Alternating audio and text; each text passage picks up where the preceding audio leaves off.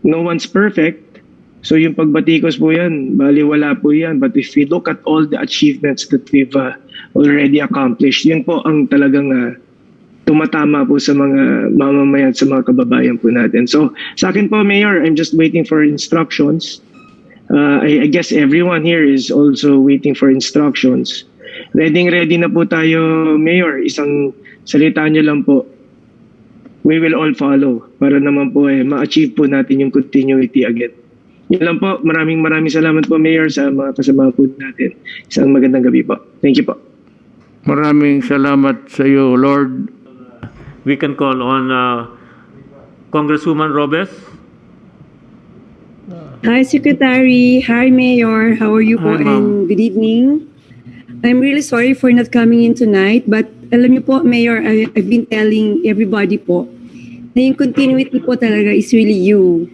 And you and Senator Bongo is really the answer for continuity. All of the things that you've done to our country, sa lahat po sa amin, mahirap pong balikan yun eh. So dapat po sundan na lang po natin siguro na dire-diretso. And tama rin po si Speaker, lahat po kami nag-iintay ng yung direktiba kasi everybody in Congress, I have a block in Congress also and the Speaker knows that, na kung ano po isasabihin ninyo, doon kami talaga, walang halong biro, hindi po ito pambobola kasi ever since po I've known you, a person with a heart and a true person po talaga to be with and to love with, no? Sa lahat po kami dito na nagsisilbi. Palagay ko po, it's really worth dying for to say that you are the answer for the continuity with Senator Bongo. Sorry, Sen Bongo, I really have to say this. Sorry talaga. Thank you po, Boss Mayor. Thank you. Salamat po for the kind words. Sino pa po ang gustong... Mr. President, si Senator Bato would like to say something also. Senator Bato? Ronald, If he is not yet ready, Mr. President, with your permission, Mr. Quijano, Franklin Quijano would like to say something also.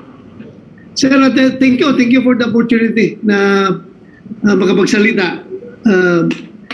Mr. President, mayong hapon, I'm here in Davao. Pasensya na, hindi ko nakasali dyan physically. But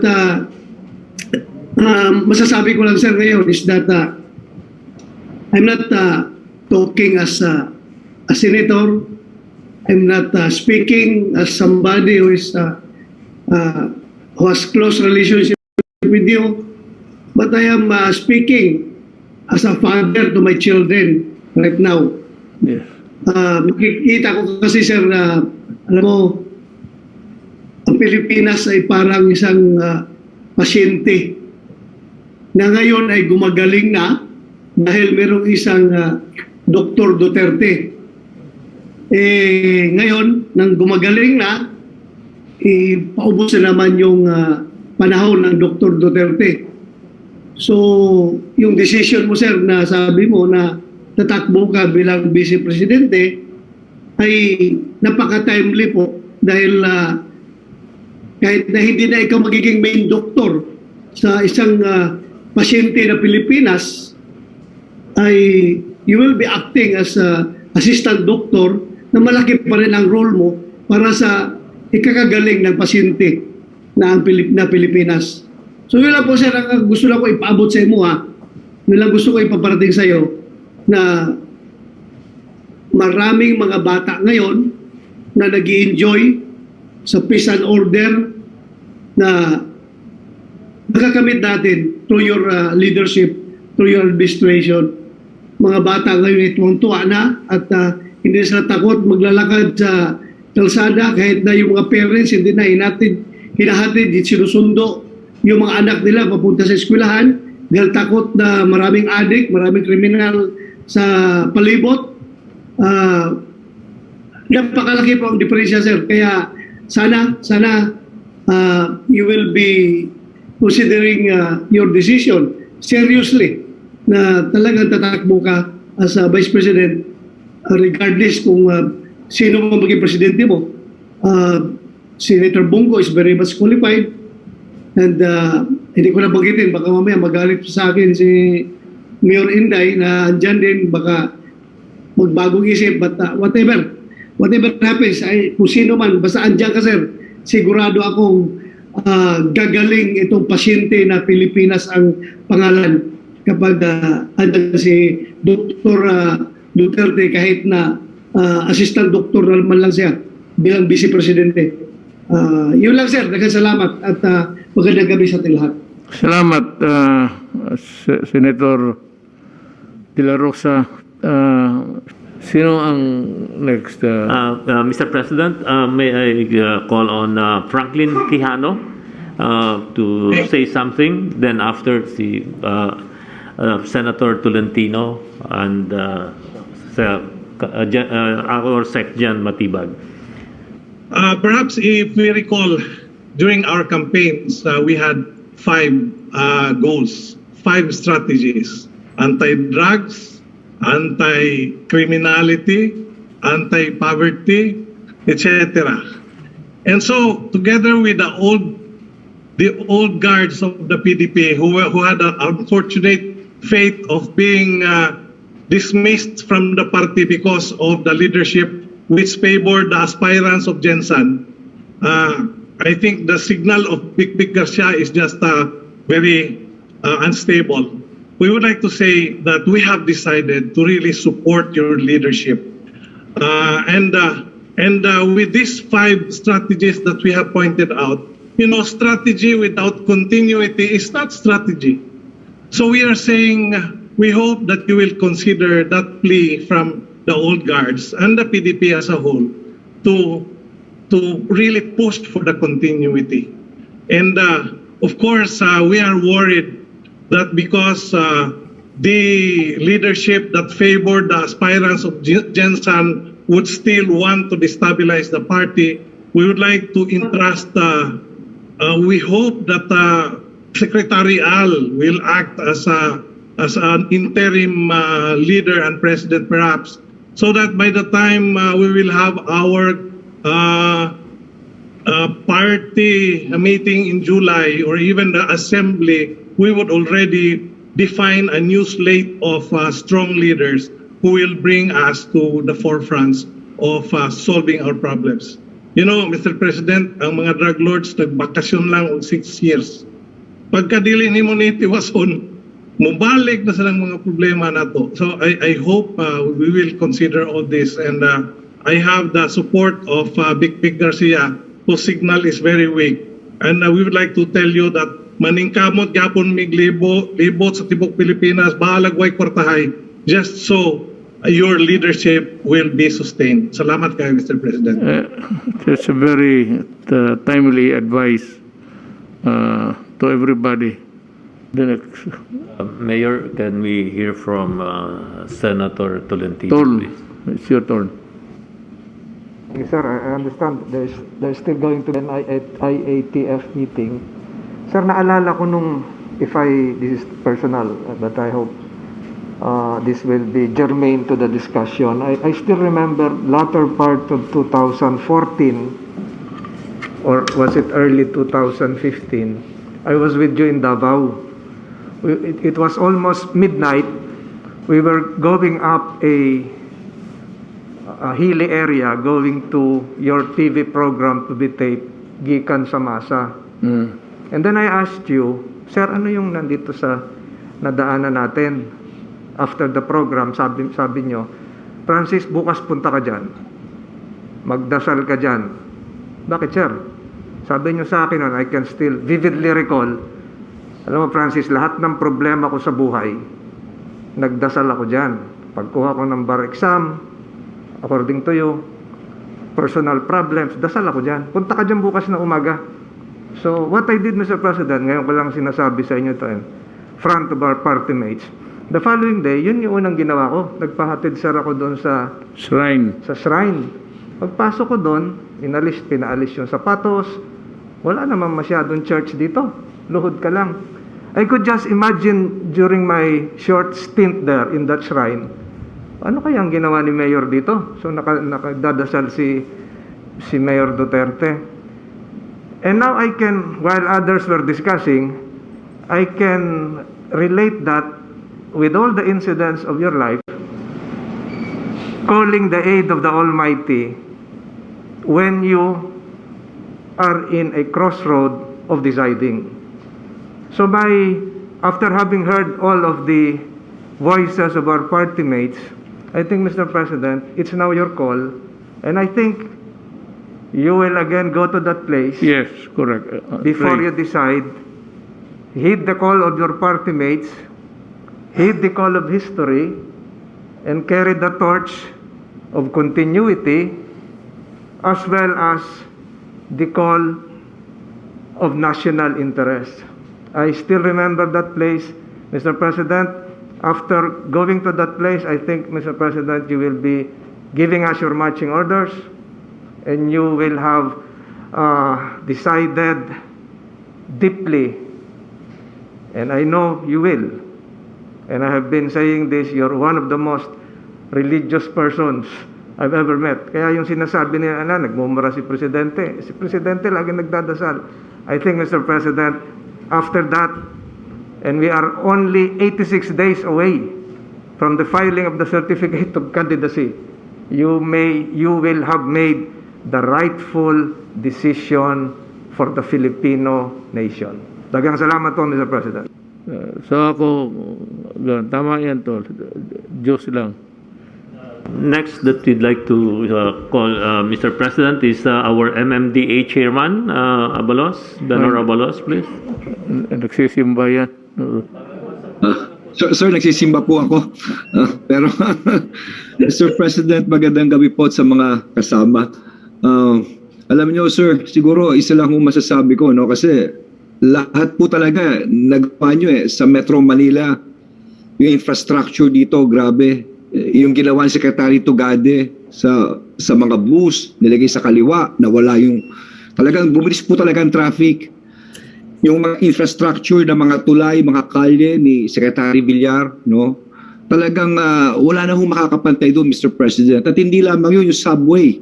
Walang presidente sa kasaysayan ng Pilipinas na talaga nagtangka niya. Pero under your presidency, Mr. President. And of course, yung peace and order, ang laki na nangyari rito. Yung sweldo ng mga pulis, ng mga sundalo, inulan yung kapakanan po nila. Na, talagang damang-dama po rito sa Kalakang, Maynila. No? In fact, ang masasabi ko lang po, isa lang. Sa kasaysayan ng Pilipinas, last September 2020, kayo po ang naka 91%. 91% satisfaction rating, the highest in the history. So that alone would really show, Mr. President, talagang lahat naniniwala sa liderato ninyo. So there must really be continuity. At babayaan niyo kong sabihin ko ito sa lahat. Alam niyo, sir, July ngayon mag-iisang taon na. No? Magbe-birthday na po ako at yung birthday ko na yun ay sumabay po na na-ospital yung mga magulang ko. Kaya doon po ako sa ospital. Nagagaw buhay po sila. Kung merong tao ang talagang malaki ang utang na loob ng aming pamilya ay kayo po yun at si Senator Bongo. Hindi po namin makakalimutan yun. Kaya po ang pamilya namin, sabot na makakaya po namin, nasa likod nyo po kami. Hindi lang kayong mabait na tao, kundi talaga yung lideratong pinakita nyo po sa Pilipinas. No? Mga anak po ninyo. Nasa likod po kami. Maraming salamat, Mr. President. Thank you, Ben. Al, sinong sunod? Mike Dino po.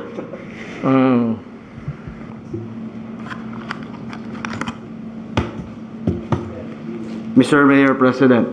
Yes, Yes, sir. Everything has been said and done. Sinabi na nila lahat why you should run. But very simple lang sasabihin ko po. The reason why you should run is because you are the unifying factor of the group. Ikaw ang unifying factor. Kung wala ka, sigurado, ewan ko anong mangyayari, hindi ko alam po. And of course, you want to have sabi mo nga, na presidente na gusto mo na komportable ka at the same time na who can work with you in tandem. And alam mo, sa totoo lang, he has been working with you for the longest time. He has been with you for more than 23 years. And I know the best person for that. Na komportable ka, alam ko. Tapos komportable rin kaming lahat. Pati yung mga LGUs, lahat komportable kami. walang iba kundi Senator Kuya Bongo. Daghang salamat po. Who's next? Kung pwede po, Mayor, si Mayor Olivares naman po to represent ng Mayor dahil narinig na po natin ng mga governor, so Mayor Olivares naman po. Magandang gabi po, Mr. President. Pati Yes, po sa ating mga party mates po natin sa PDP. Isa lang pong sasabihin ko po, Mr. President, ito pong tungkol sa pandemic. Alam naman po natin yung pong epicenter ng pandemic ay dito po sa Metro Manila. Pero without your guidance, yung pong leadership po ninyo, tingin ko po, kami pong 17 mayor, hindi po namin magagampanan yung pong ating pong dapat gawin para dito sa pandemic na ito. At sa tulong po ng lahat po ng ating ahensya, mula po sa ating DSWD, yung pagbigay ng tulong, sa DOH po natin, at yung kabuuan ng IATF po natin, pababa na po yung ating kaso dito po sa Metro Manila, at ultimately, makontain na po natin dito po sa National Capital Region. Gusto ko lang po ipaalam, Mr. President, kung babalikan po natin, i-recall po natin yung 2019 election, lahat po ng in-endorse po ninyo na senator, if not all, majority po nanalo po talaga. So ano po ibig sabihin po to? Tinitignan po ng taong bayan yung pong ginawa po ninyo at ang hinahanap po nila yung continuity ng yung liderato para lalo po natin may angat ang ating pong bansa. Yun lang po, Mr. President, at kami po ay nananawagan po sa inyo na sana po yung pong pagtakbo po ninyo ng Vice President at pagpili po ninyo ng ating Presidente ay may lagay niyo po sa isipan para po for the good of our country. Magandang gabi po sa inyo po. Thank you, Mayor. Ang sunod po, Mayor, yun naman po babae naman po ang kumpanya natin, si Amy Neri po. Amy, if you're ready. If ever po na pumili po kayo, yung pong sinabi niyo po sa akin, Mr. President, in 2012, na the public servant is the one who loves the people, is si Senator Bongo po, Mr. President. Kaya po, malaki po at buong support po kami sa inyo ni Senator Bongo at kayo po, Mr. President. Magandang gabi po. Yan that is his paradigm. He has been with me for 23 years. Kaya natuto siya So, next, Sir President, can we call on Capsec Carlo Nograles to say something? Capsec. Maayong gabi, Mr. President. Mr. President, kami sa partidong PDP ay nananawagan na kailangan mo po talagang magpatuloy ng serbisyo mo pagka-Vice President po. Dahil itong pagbabago na ginawa mo para sa ating bansa, para sa ating mga kababayan, ay kailangan ipagpatuloy po talaga. At gaya ng sabi namin lahat, Sir, Mr. President, I hope that you will really run and we will really make sure wala kang magiging kalaban sa Vice President, sir. Guaranteed. Walang tatakbo for Vice President against you. So, ang decision mo na lang, sir, kung sino yung gusto mo maging Pangulo na tutulong sa'yo. Maraming salamat po. Thank you. Sino pa? Mahal na Pangulo, marami pa akong gustong magsalita. Halos lahat ng nag-a-attend gusto kumbinsihin kayong tumakbo pagka-Vice Pangulo. Kung pahintulutan po ninyo, tawagin po natin ito pong chairman ng Governors League, si Governor Dax Kua, Mr. President. Salamat po, Mr. President at Secretary Kusi, sa lahat ng secretaries at senador, Senator Bongo, kasamahan sa partido. Mr. President, hindi ko na po pahabain. Gusto ko lang po banggitin at magpasalamat sa inyo dahil sa inyong panunungkulan sa ating bayan at pagsisilbi sa ating mga kapwa Pilipino. Naramdaman po namin, lalong-lalo na po kami sa mga lokal na pamahalaan. Tinatrato nyo kami bilang kapantay, kaibigan, bilang mga anak niyo. At na tumatagos po sa puso yon, Mr. President. Nararamdaman ng mga mayors yan, nararamdaman ng mga gobernador, ng mga kapitan, yung inyong mga pa-Christmas sa mga barangay officials, wala pa pong Pangulong nakapagpagawa nun. Sa tulong ninyo ni Senator Bongo, napapagamot po natin sa mga malasakit centers. Alam ko pong paulit-ulit na po at alam nyo na rin po ang mga magagandang nagawa ninyo para sa taong bayan. Nagpapasalamat lang po kami mga lokal na opisyal dahil sa panahon ninyo, nararamdaman namin na nauunawaan nyo kami at talagang pinakikinggan. Yung inyong mga suporta, ayuda sa mga lokal na pamahalaan, yung inyong mga polisiya na pinakikinggan din po kami at binibigyan ng chance ang tumulong at makiambag sa inyong administrasyon. Salamat po. Mr. President, panghuli na lang, ako rin po ay isang ama, ang mga anak ko ay batang-bata pa. At sa panahon ng COVID ngayon, ang nararamdaman ko kasi, at siguro milyong-milyong Pilipino nakakaramdam, ay ngamba kung ano bang mangyayari sa COVID.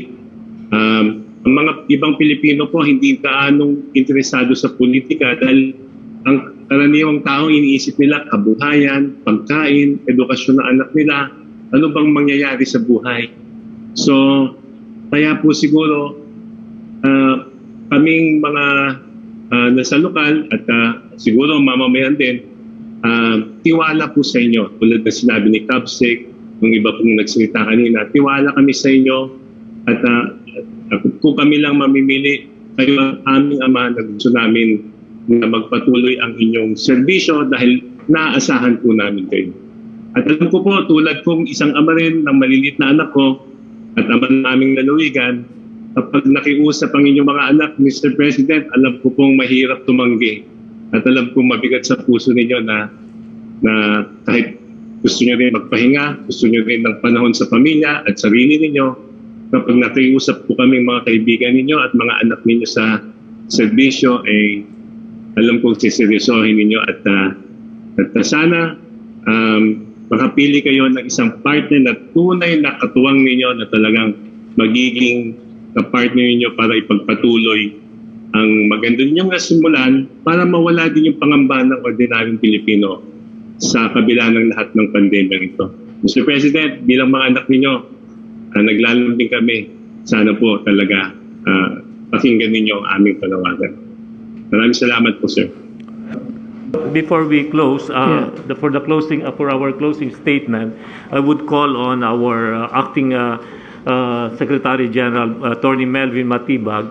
But before that, we would like to remind or invite you for this coming assembly, the council meeting on July 16 and the assembly on July 17 that would formalize everything that we are planning, Mr. President. Yes, I have it on my calendar. Okay. So, may acting Secjan? Yeah. Mr. President, Senator Bongo, Senator Tolentino, and everybody. Good evening. Sir, maraming salamat po sa opportunity for us to speak with you regarding party matters. Kung ano man po yung nababalitaan ninyo at mga concerns sa partido, we are standing behind you at rest assured po na we will protect the party hanggat yung po ang instruction ninyo. Gaya po na sinabi ng lahat, we are waiting for your marching order and you're the single person that unites the party. Kaya po kami lahat nandirito ngayon kung bakit po kami PDP Laban dahil po sa inyo, mahal na Pangulo. Kaya naman po ang panawagan namin na kayo tumakbong pangalawang Pangulo at kayo po pumili na inyong mga kasama. Naniniwala po kami na itong lalong mag-unite at magpapalakas po sa ating partido. At yung pong mga administrative matter naman po ng partido, rest assured po, sa pangunguna po ni Secretary Cusi at sa tulong po ng mga kasama, ay amin po itong inaayos upang maproteksyonan po hindi lamang po yung ating mga magiging national na candidates, pero lalong higit po ang ating po mga local candidates mula po sa mga governor, mayors, councilors, board members, vice governors, at lahat po ng mga tatakbo rin kongresista. Sa ngayon po, tayo po ay may 43 na governors na PDP Laban, 59 congressmen, 5 pong senador, sana po 5 pa rin. Hindi po natin alam kung ano mangyayari sa darating na panahon. And I'd like to reiterate our invitation po sa July 16 and 17. At salamat po sa guidance ninyo dahil nung May 31, kami po ay nakapagpasa ng mga resolusyon upang palakasin po ang ating partido. Asahan po ninyo, mahal na Pangulo, na ang buong liderato at membership po ng PDP Laban ay nakasuporta po kung ano man po ang inyong maging desisyon. At sinisiguro po namin na ang inyo pong magiging tandem kung sino man po ang makasama ninyo, kung kayo po yung magdesisyong pangalawang Pangulo, hindi po tayo magpapatalo at nakahanda po tayo ipagpatuloy ang inyo pong sinimulan hanggang 2022 and beyond. Maraming salamat po, mahal na Pangulo, at maraming salamat po sa inyong lahat. With that, I would say that thank you for your presence. Thank you for your narratives to further educate the party. And of course, your desire to be one in the party sa PDP. Now, there is a rift. Nobody can deny it. But we'll just have to do it the legal way. Kung wala nang iba, we do not want to fight a messy thing with the other side. Pero kung padaan na lang natin sa legal because problema dyan sa accreditation, maya kung sino talaga ang may gusto. So parang ganon. So who gets what for the party. So yan lang po, and very happy we met again, and we will have a further consultation before the July meet para pagdating doon alam na natin ang gawin natin. We will not be scrambling kung what's next. Hindi naman fixed scenario, pero we do not control the march there, but the sequence of arriving at whatever resolution might be passed on that day. Thank you.